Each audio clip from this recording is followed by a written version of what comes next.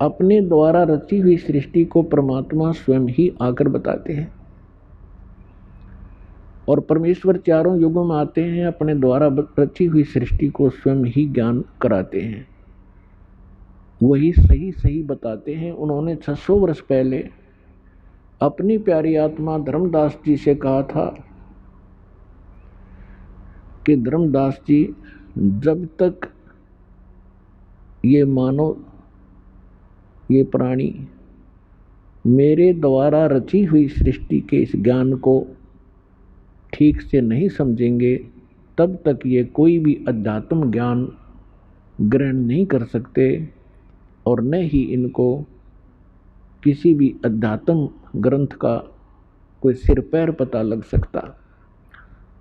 तो ये जो सृष्टि रचना है, ये एक मास्टर की है आध्यात्मिक इस मार्ग को समझने के लिए। तो परमात्मा ने 600 वर्ष पहले आकर बताया था अपने प्यारी आत्मा धर्मदास जी को कि सृष्टि रचना कैसे की मैंने, और आप जी यहाँ इस काल के जाल में कैसे फंस गए, आपकी क्या हालत है, कोई जीवन है आपका। भले ही हम देखम देखा एक दूसरे को देख कर यहाँ टाइम पास कर रहे हैं, और अज्ञानता के कारण हम अपने आप को बहुत चतुर भी समझ बैठे हैं, क्योंकि थोड़ी सी शिक्षा होगी, कोई डॉक्टर बन गया, कोई इंजीनियर, कोई राजनेता बन गया, कोई वकील एडवोकेट, कोई जज बन गया, और हम अपने आप को घना इंटेलिजेंट और चतुर मान बैठे। हम आज भी, चाहे कुछ भी, कितनी ही एजुकेशन आपके पास है, आप केवल जीव हैं। हम सभी अभी तक जीव हैं, और जीव की कोई औकात नहीं है। आज मृत्यु हो जाती है, चाहे राष्ट्रपति बना हो, कल गधा बन जाएगा। जो भक्ति नहीं करता तो खाक पर बूता यहाँ की। इसलिए जब तक हमने अपना ये दातम ज्ञान अच्छी तरह समझ में नहीं आएगा, जिसकी जानकारी नहीं होगी, तो हम ऐसे ही भटकते रहेंगे और कोई भी हमें भ्रमित कर देगा। कबीर साहब कहते हैं कि ज्ञान संपूर्ण हुआ नहीं, हृदय नहीं छिदाया, इस देखा देखी भक्ति का रंग नहीं ठहरा। अब परमात्मा एक सब मानते हैं। जब परमात्मा एक है तो उसके पाने का मार्ग भी एक ही है, अनेक नहीं हो सकते। तो फिर ये नाना धर्म कैसे बन गए, ये भिन्न भिन्न पंथ और मार्गदर्शक कैसे पनप गए? क्योंकि हमें ज्ञान नहीं, इन्होंने हमारा अंडोला बना रखा है, इन्होंने हमारा साइकिल बना रखा है। अब एक संत के पास जाते हैं, वो इतने चतुर हो ही जाते हैं ज्ञान अटपट करके कि आम जन साधारण को वो मूर्ख बना ही सकते हैं, भ्रमित कर ही सकते हैं। तो हम कभी किसी संत के पास गए, कभी किसी पंथ में, कभी कोई मजहब ग्रहण किया, लेकिन अब तक हम यही भटक रहे हैं, क्योंकि हमें सृष्टि रचना का और यह अध्यात्म ज्ञान और सतगुरु नहीं मिले, जिस कारण से हम अपना मानव जीवन असंख्यों बार बर्बाद करके, नष्ट करके, और एक हारे हुए जुआरी की तरह हाथ झाड़ कर चले गए। अब पुण्यात्माओं, आपके ऊपर रहम किया दाता ने, और अब भी नहीं पहचानोगे इस गंदे लोक को, क्योंकि एजुकेशन आपके पास है, इतना समझदार आपको बना दिया है कि आप आसानी से अपना भला और बुरा खूब सोच सकते हैं। और सदग्रंथों में प्रमाण परमात्मा के ये दास आपके रूबरू कर ही रहा है, जो आज तक के ऋषि, महर्षि, मंडलेश्वरों को ये नहीं प्राप्त हुए। तो सबसे पहले केवल परमात्मा थे, सत्य पुरुष थे, अविनाशी परमात्मा कबीर भगवान थे। उस परमेश्वर का ओरिजिनल नाम जो है कबीर देव है। वेदों में उसे कबीर देव कहते हैं,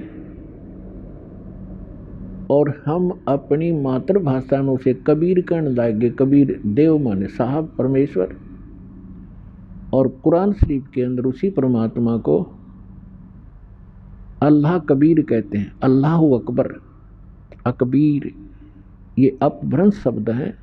अल्लाह कबीर है। अल्लाह माने परमात्मा, साहब कबीर माने कबीर।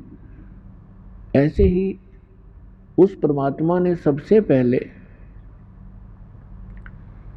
ऊपर का अकय लोक रचा, जिसको अनामी लोक भी कहते हैं, और उसके पश्चात परमात्मा ने नीचे के 3 लोक और रचे, और प्रत्येक लोक में परमेश्वर ने अपने ही भिन्न भिन्न रूप बनाए, और प्रत्येक लोक के अंदर एक बहुत बड़ा गुम्बद है, बहुत बड़ा सुंदर एक मंदिर नुमा स्थान है। उसके बीच में परमात्मा ने अपना तख्त बनाया है, सिंहासन बनाया है, उसके ऊपर वो विराजमान है।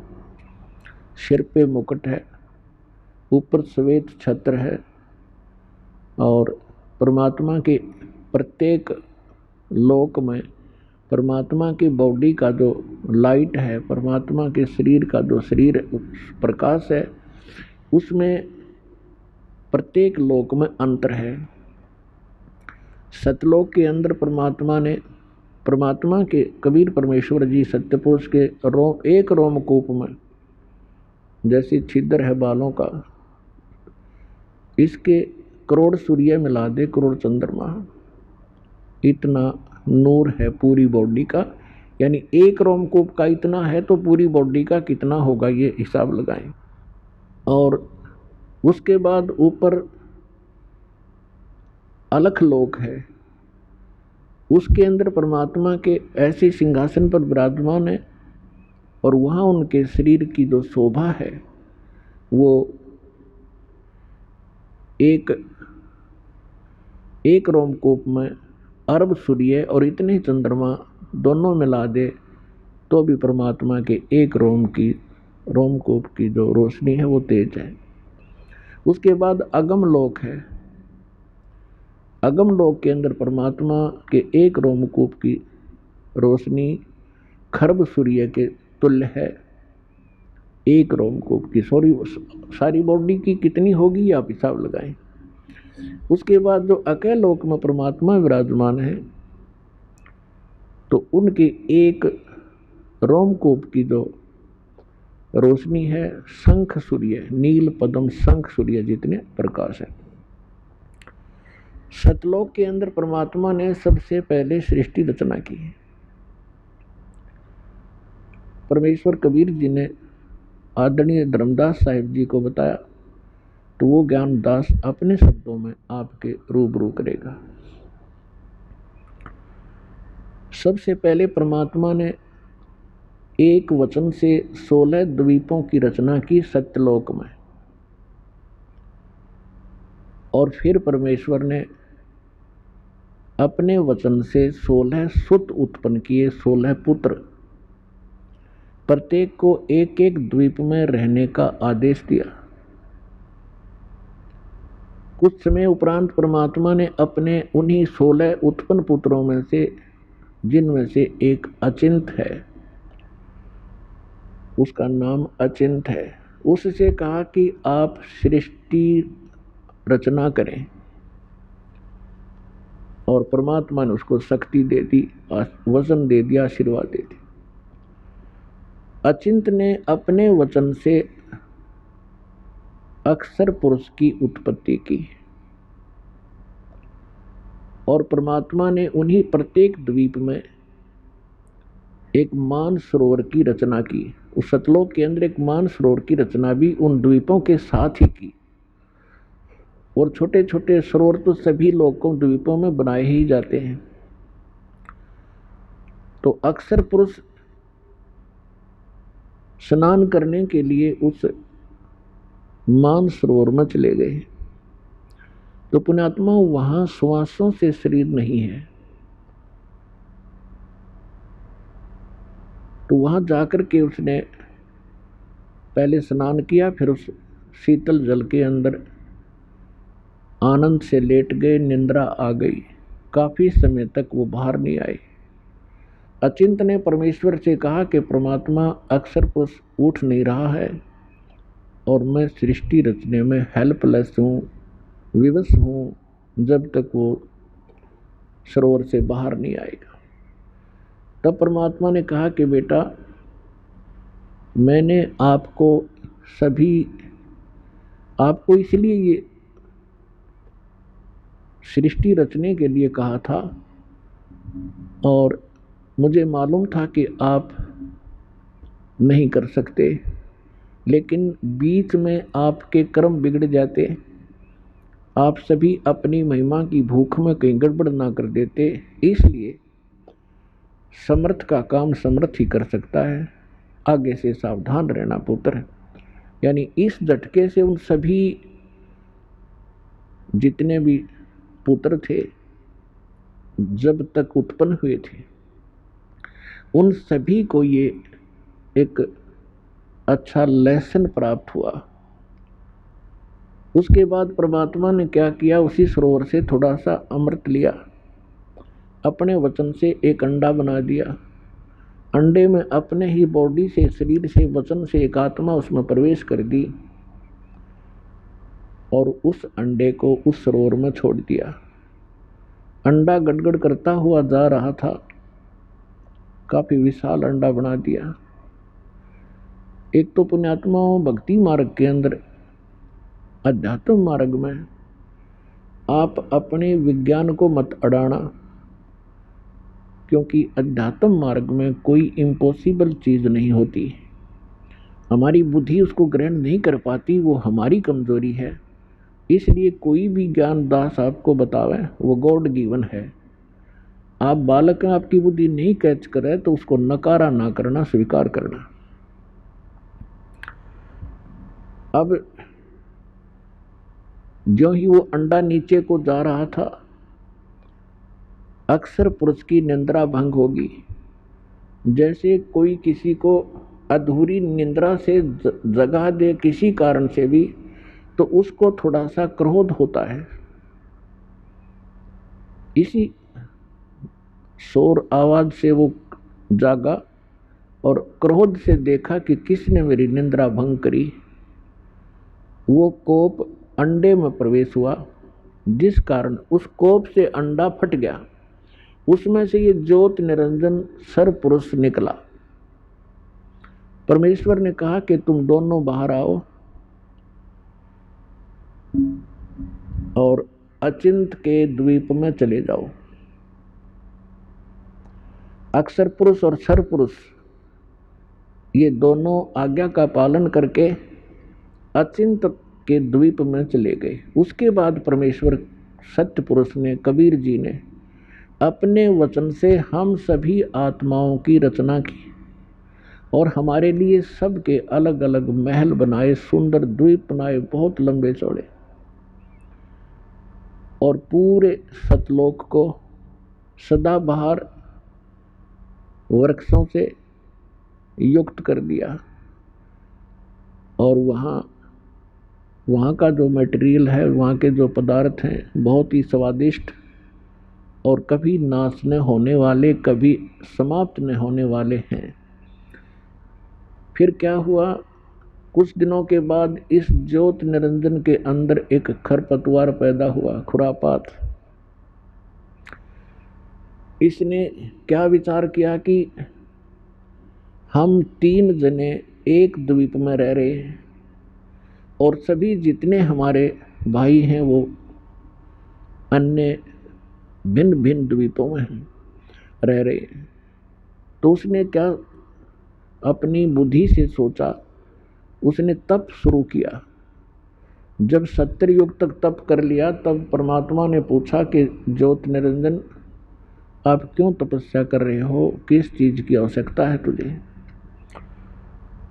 ज्योत निरंजन ने यानी सरपुरुष ने कहा कि प्रभु पिताजी, ये द्वीप मेरे लिए थोड़ा स्थान है, मुझे अलग स्थान दीजिए।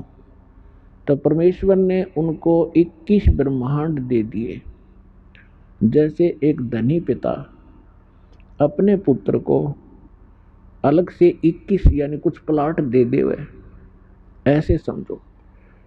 उन 21 ब्रह्मांड को पाकर के ये बड़ा प्रसन्न हुआ। उन प्लाटों को देख देख कर फूला नहीं समावे। फिर इसके मन में आया कि इसमें कुछ रचना भी करूं। उसके लिए फिर ये भिखारी, इसने फिर से तपस्या की। जब सत्ययुग दूसरी बार तपस्या कर चुका, तब परमेश्वर ने पूछा कि क्या मांगता है? अब तू जो मांग रहा था तुझे दे दिया। तब इसने कहा कि परमात्मा है पिता, कुछ सृष्टि रचने की सामग्री प्रदान करें ताकि मैं कुछ रचना करूं। तब परमेश्वर ने, कबीर भगवान ने इसको 5 तत्व और 3 गुण दे दिए। अगले बेटा तू खेल खिलौनों से। इसने ये 21 ब्रह्मांड परमात्मा ने सतलोक के एक कोने में बाहर कर दे दिए इसको। जैसे एक अपनी राजधानी दिल्ली है, एक तो मेन बाजार आदि का स्थान है, एक बाह्य दिल्ली जिसमें विलेज क्षेत्र आता, गांव का ग्रामीण क्षेत्र है। ऐसे इसको बाहर की तरफ 21 प्लाट दे दिए। फिर इसने सोचा कि इसमें कुछ जीव हों, कंस्ट्रक्शन भी कर ली।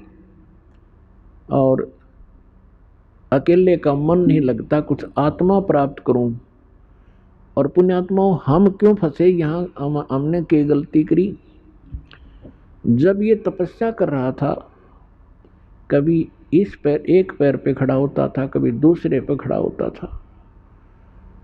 हम इसकी इन अदाओं पर फिदा हो गए और हम परमात्मा को भूलकर जो सर्व सुख हमें दे रहा था, इस पर आसक्त हो गए। और पुण्यात्माओं, ये रोग आज भी हमारे अंदर विद्यमान है, जिस रोग से हम मार खा चुके हैं।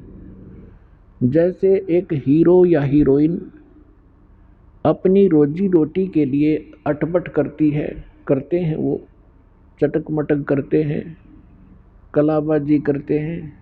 और ये भोले बच्चे, युवा वर्ग, उनका ड्रामा देख के, उनकी एक्टिंग देख करके उन पर आसक्त हो जाते हैं। ये मेरा फेवरेट हीरो है, ये मेरी फेवरेट हीरोइन है। तो यह बुद्धि हमारी वहाँ से चली थी, बुद्धि भ्रष्ट हुए हम। अब यहाँ कोई बरवाला में आ जावे, कोई अभिनेता, इन जवान बच्चों को देखे उड़ा कितनी भीड़ लग जाएगी। और 1 किलोमीटर खड़े खड़े देखेंगे, देखो खड़ा स्टेज पर, वह खड़ी, और लेना एक ना देने दे, धक्के खा आ जा। वो अपनी रोजी रोटी के लिए बकवाद करते हैं, पर ये उनके आसक्त हो गए। तो ये रोग हमारा वहाँ से लगा था। तो उस समय हम अपने मालिक ने भूल गए, इसकी तरफ देख बहुत आसक्त हो गए। परमेश्वर ने बहुत बार आकाशवाणी की कि बच्चों तुम मस्त रहो, इसकी क्रिया पर ध्यान ना दें। हम ऊपर से तो सावधान हो गए पिता की आकाशवाणी सुनकर, लेकिन अंदर से उसके प्रति हमारी कसक विशेष बनी रही। वो अंतर्यामी है, वो जान गए कि ये प्राणी अब यहाँ रहने के योग्य नहीं।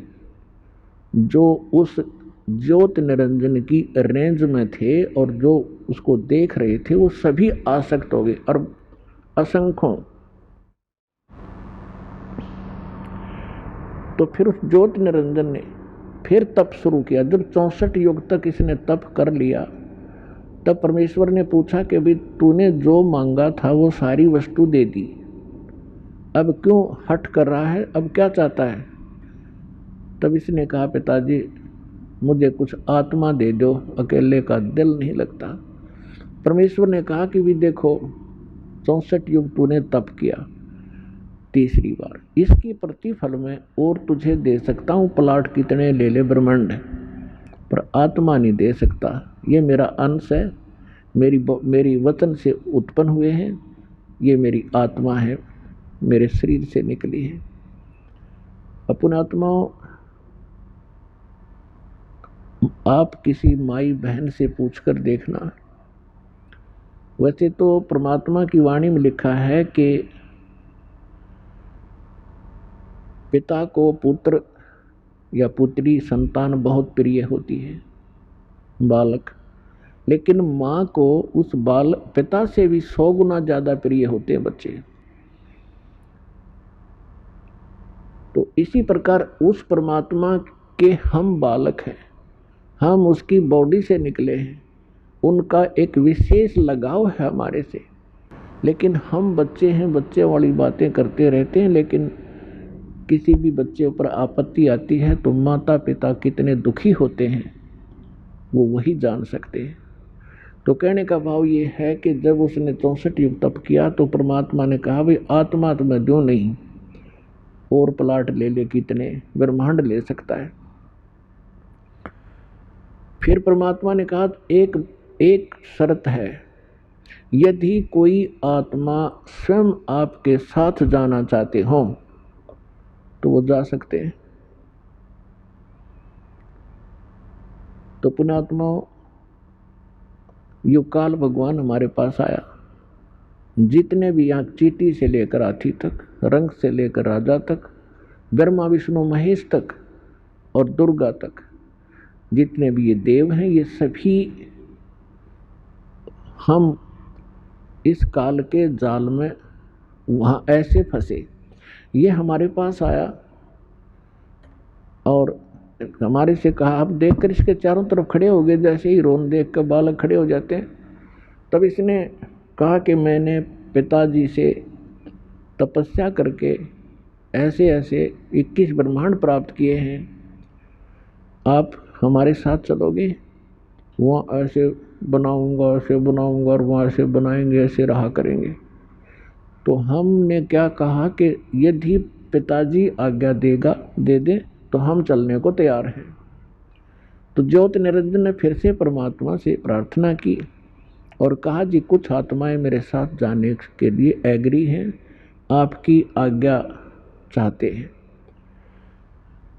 तो परमात्मा हमारे पास आए और हमसे पूछा कि भाई बोलो कौन कौन इस ज्योति निरंजन सरपुरुष के साथ इसके लोक में जाना चाहते हैं, वो हाथ खड़ा करें। अब हम पिता के सामने, क्योंकि वो पहले कह चुके थे कि इसके ड्रामे न मत देखो, अपना मस्त रहो, ये इसका कार्य उचित नहीं है। तो हम बहुत ज़्यादा लज्जित हो गए और नीची गर्दन करके बैठ के सभी सन्नाटा छा गया, कोई नहीं बोला। पिताजी के सामने कैसे ये मुंह फटे। तब परमेश्वर ने कहा कि ज्योति निरंजन, आप तो कह रहे थे, तू तो कह रहा था कि बहुत सी संख्या में मेरे साथ चलने को तैयार है, ये तो एक भी नहीं बोलता। तब एक आत्मा खड़ी हुई और खड़ा होकर के कहा कि मैं इनके साथ जाना चाहता हूं। हमने सोचा कदे ये एक लिए यही आत्मा सारा मजा ले जा, हम पीछे रह जा। तो देखा हमने भी फिर दोनों हाथ खड़े कर लिए असंख्यों। तब परमात्मा ने कहा, ठीक है भाई, जिसने भी आपके साथ जाने की इच्छा व्यक्त की है उनको मैं आज्ञा देता हूं, लेकिन मैं अपने हिसाब से भेजूंगा, ऐसे ठीक नहीं, आप जाइए अपने लोक में। तो परमात्मा ने सबसे पहले जिस आत्मा ने खड़ा होकर के सबसे पहले स्वीकृति दी थी उसकी लड़की बना दी और उसके अंदर हम सभी आत्माओं को बीज रूप में सूक्ष्म बनाकर फीड कर दिया। अपने आत्माओं, इस विज्ञान से हमें बहुत कुछ शिक्षा प्राप्त होगी। आप देखते हो हमारी बॉडी के अंदर आज के डॉक्टर आपको बताते भी हैं कि 1 ग्राम ब्लड में कितने कीटाणु होते हैं। 4-4 लाख, 5-5 लाख, कितने प्रकार के कीटाणु हमारी बॉडी में हैं। तो इसी प्रकार परमात्मा ने हमें सूक्ष्म रूप में इस दुर्गा, उसका नाम आदि माया रखा, जिस जो आगे चल के दुर्गा देवी रूप नाम से प्रसिद्ध हुई। तो हम सभी को सूक्ष्म रूप में वचन से दुर्गा के अंदर प्रवेश कर दिया और युवा लड़की बना दी। और उसे परमेश्वर ने कहा कि बेटी, मैंने तेरे शरीर में वो सभी आत्माएं प्रवेश कर दी हैं और तुझे मैंने आशीर्वाद और वचन दे दिया है, शब्द शक्ति दे दी है। जितने जीव वो ज्योत निरंजन कहे आप उतने ही नर और मादा उत्पन्न कर सकते हो। और आप जाइए उस ज्योत निरंजन सर्वपुरुष के ब्रह्मांडों में। उस लड़की के साथ सबसे पहले जो 16 सुत उत्पन्न किए थे पुत्र, उनमें से एक सहज दास है। उस सहज दास को उस लड़की के साथ भेज दिया कि अपनी बहन को और उसको ज्योत निरंजन के पास छोड़ के आइए और उसको बता दीजिए कि इस लड़की को पिताजी ने वचन शक्ति दे दी है, जितने जीव तू कहेगा ये उत्पन्न कर देगी। सहजदास जी ने आज्ञा का पालन किया, अपनी बहन को लेकर के वहां पहुंचा। ज्योत निरंजन से जो भी पिता ने कही थी वो सारी वाणी सब वचन वो आज्ञा सुना दी और कहा कि इस लड़की बहन के शरीर में वो सभी आत्माएं हैं जो तेरे साथ आने की इच्छुक थी और इसको वचन दे रखा है जितने तू नर मादा कहेगा उतने ही ये उत्पन्न कर देगी। जोगजीत वहां छोड़कर अपनी बहन को वापस आ गया। अब युवा होने के कारण लड़की का रंग रूप निखरा हुआ था। अपने आत्माओं, ये रोग भी यहाँ के प्रत्येक प्राणी में वहीं से लगा था। अकेली लड़की को देखकर इस काल के मन में बड़ा दोष उत्पन्न हुआ, इसके आव भाव बिगड़ गए, लड़की के साथ बदतमीजी करने लगा। दुर्गा ने अपनी इज्जत रक्षा के लिए बहुत सी विनय की और बहुत से एग्जाम्पल भी किए कि ज्योत निरंजन विचार कर, पिताजी की दी हुई वचन शक्ति मेरे पास है और जितने जीव तू कहेगा मैं उत्पन्न कर दूंगी। तू मेरे साथ ही जुल्म ना कर, बदतमीजी मत कर, ये ग्रस्त सृष्टि ना प्रारंभ कर। और देख, पहले आप अंडे से उत्पन्न हुए पिताजी के वचन से उन्हीं की आत्मा हो तुम, तो मैं उन्हीं के वचन से मैं उत्पन्न हुई हूँ।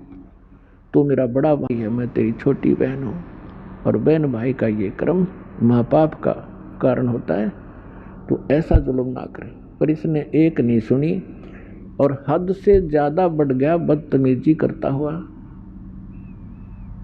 और कहा कि यहाँ और तू और मैं है और यहाँ कोई नहीं आ सकता।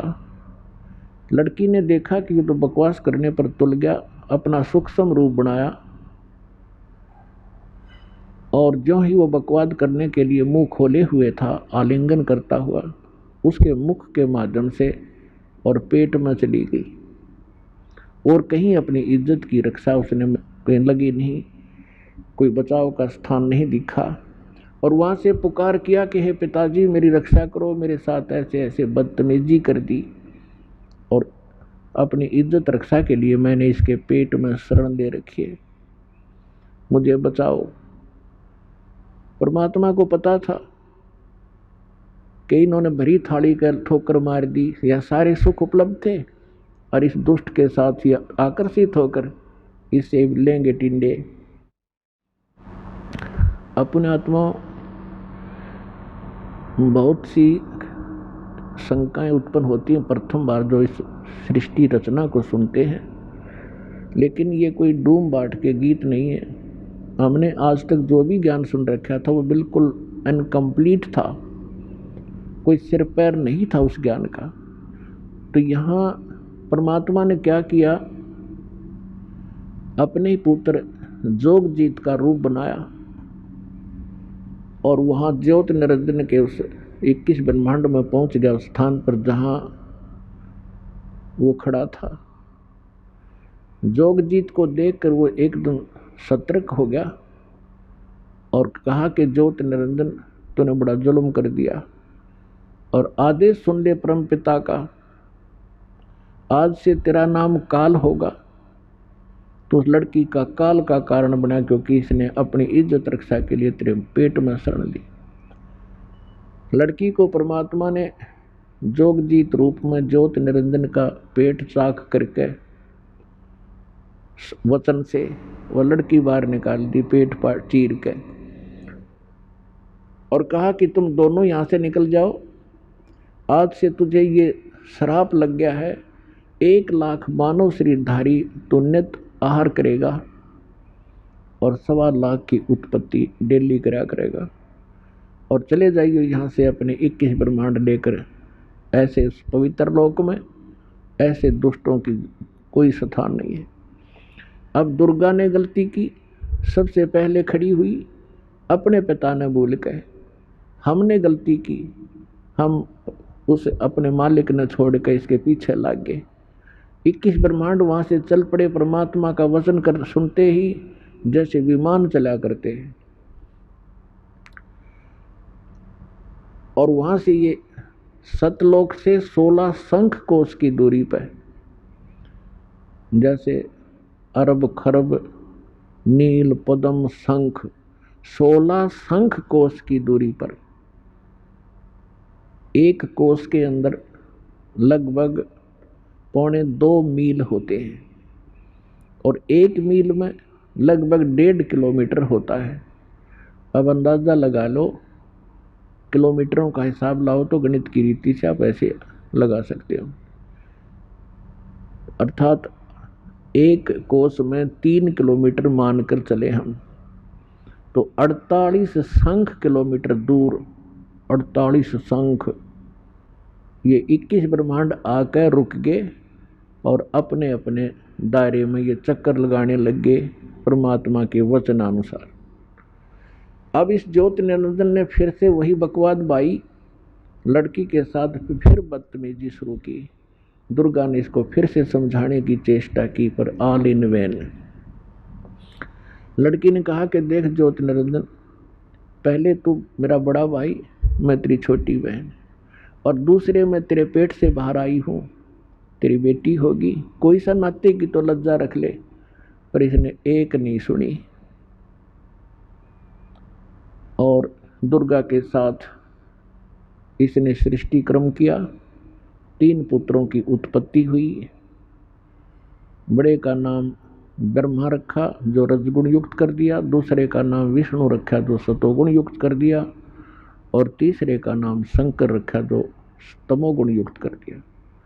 और फिर दुर्गा ने अपने ही वचन से 3 लड़कियां उत्पन्न की, और उन 3 लड़कियों से इन तीनों का विवाह कर दिया। इस प्रकार ये काल की सृष्टि प्रारंभ हुई।